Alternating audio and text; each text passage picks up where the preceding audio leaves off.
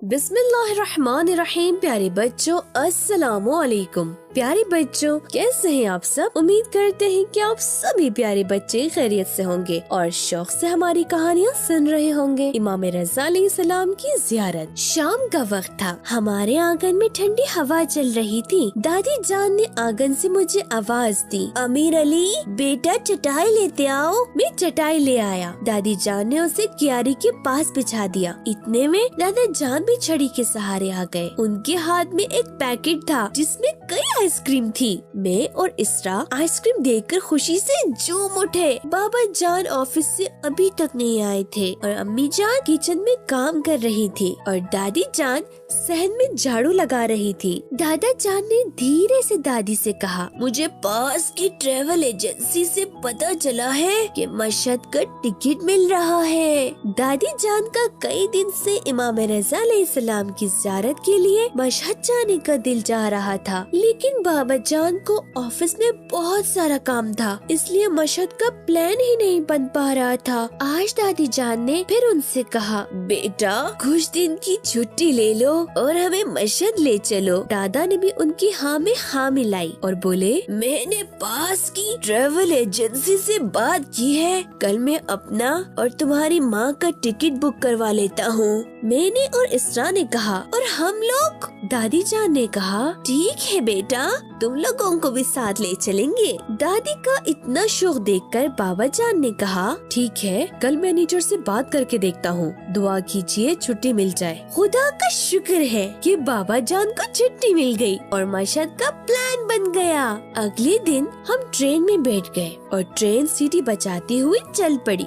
दादी ने ट्रेन में बैठते ही दुआ की, खुदाया इमाम रज़ा अलैहिस्सलाम की ज़ियारत सबको नसीब फरमा। इसरा ने पूछा, दादी जान ज़ियारत क्या होता है और ज़ियारत का क्या मतलब है? एक मौलाना साहब हमारे सामने से गुजर रहे थे कि दादी ने उन्हें आवाज दी। उन्होंने हम लोगों को सलाम करते हुए पूछा, जी क्या बात है? दादी जान ने इसरा की तरफ इशारा करते हुए कहा, मेरी पोती पूछ रही है कि ज़ियारत का मतलब क्या होता है। मौलाना साहब ने अपनी जेब से कुछ टॉफियाँ निकालकर मुझे और इसरा को दी और फिर बोले, ज़ियारत का मतलब होता है किसी से मुलाकात के लिए जाना। हम जिस इमाम या वली खुदा की ज़ियारत के लिए जाते हैं, गोया उससे मुलाकात के लिए जाते हैं। अभी मौलाना साहब बात ही कर रहे थे कि ट्रेन एक स्टेशन पर जाकर रुकी, जहाँ कुछ लोग उतरे और कुछ लोग सवार हुए। फिर मौलाना साहब अपनी बात को जारी रखते हुए कहा, रसूलुल्लाह सल्लल्लाहु अलैहि वसल्लम के जमाने में उनके चाचा हजरत हमजा जंग उहद में शहीद हो गए।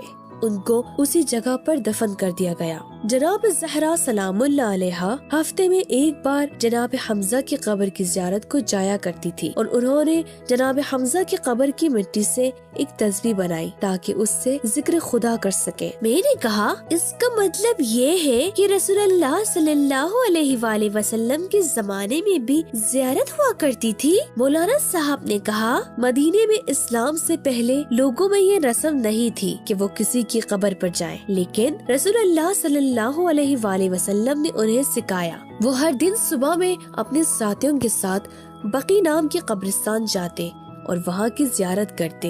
एक दिन रसूलुल्लाह सल्लल्लाहु अलैहि वसल्लम ने अपने सहाबियों से कहा, जो भी इस दुनिया से मेरे जाने के बाद मक्के में हज करे और मदीने में मेरी ज़ियारत न करे, उसने मुझ पर जुल्म किया है। मौलाना साहब ने अपनी बात मुकम्मल की और चले गए। दादी जान ने इसरा से कहा, तुमने एक सवाल किया और हम सब ने इतनी सारी चीजें सीख ली ना। ट्रेन मशहद से करीब होती जा रही थी और हम सब का दिल इमाम रज़ा अलैहिस्सलाम की ज़ियारत के लिए बेचैन होता जा रहा था।